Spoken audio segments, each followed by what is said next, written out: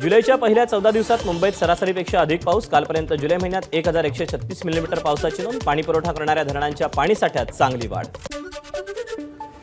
मुंबईच्या पश्चिम उपनगरात पाऊस। जोरदार पावसामुळे अंधेरी सबवेमध्ये 3 ते 4 फूट पाणी साचलं। वाहतुकीसाठी सबवे बंद। मुंबईला पाणी पुरवठा करणाऱ्या धरणांच्या पाणी पातळीत वाढ। 7 जलाशयांमध्ये 35.11% पाणीसाठा। मागील आठवडाभरात पाणीसाठ्यात 12% वाढ। रायगड जिल्ह्याला उद्या अतिमुसळधार पावसाचा रेड अलर्ट। तर रत्नागिरी, ठाणे, मुंबईला मुसळधार पावसाचा ऑरेंज अलर्ट। सिंधुदुर्ग जिल्ह्यात सुरू असलेल्या मुसळधार पावसानं तेरेखोल नदी इशारा पातळीवर, तर कुडालमधील कर्ली नदीला पूल आल्यानं शहरातील अनेक रस्ते पाण्याखाली।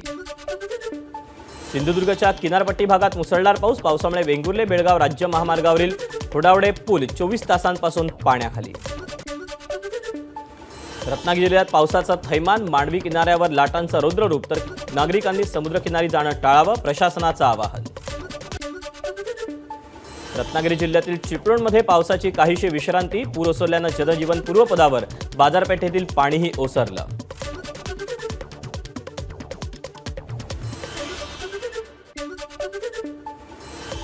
मुसळधार पावसामुळे चिपळूणमधील काल जो पूर आला त्याची ड्रोन दृश्य अपराध बेबल यांनी टिपलेली आहेत। बाजारपेठेसह शहरात अनेक ठिकाणी पाणी साचल्याची परिस्थिती।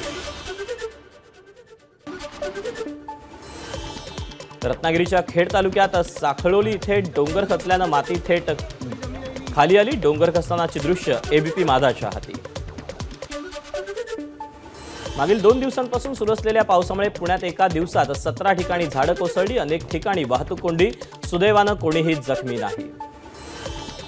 मुसळधार पावसानं अहमदनगरच्या जामखेडमध्ये लेंडी नदीवरचा पूल पाण्याखाली गेल्यानं खचला।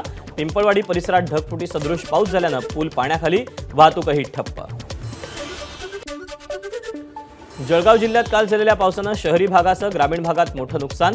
घरात पाणी शिरल्यानं नागरिकांची तारांबळ।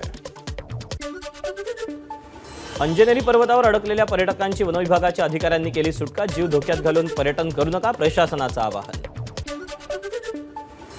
कोयना धरण परिसरात पावसाचा जोर कायम। मागील 24 तासात 274 मिलीमीटर पावसाची नोंद। कोयना धरणाच्या पाणी पातळीतही झपाट्यानं वाढ। पावसामुळे जुना संगमनगर धक्का पूल पाण्याखाली। सांगली जिल्ह्यात कृष्णा नदीच्या पाणी पातळीत झपाट्यानं वाढ। नदीची पाणी पातळी 18 फुटांवर, तर चांदोली धरण क्षेत्रात झालेल्या मुसळधार पावसानं वारणा नदी पात्राबाहेर। सांगलीच्या शिराळा तालुक्यातील चांदोलीत अतिवृष्टी। 24 तासात 132 मिलीमीटर पाऊस। धरणाच्या पाणी पातळीत वाढ। वारणा नदीपात्रात 675 क्युसेकनं पाण्याचा विसर्ग। जालना शहर आणि जिल्ह्यात पावसाची दमदार हजेरी। पावसामुळे शेतकऱ्यांना दिलासा। यवतमाळच्या दारव्हा तालुक्यात कालपासून सुरू असलेल्या पावसामुळे पाणी कामठवाडा गावात शिरल्यानं अनेक घरांचं मोठं नुकसान।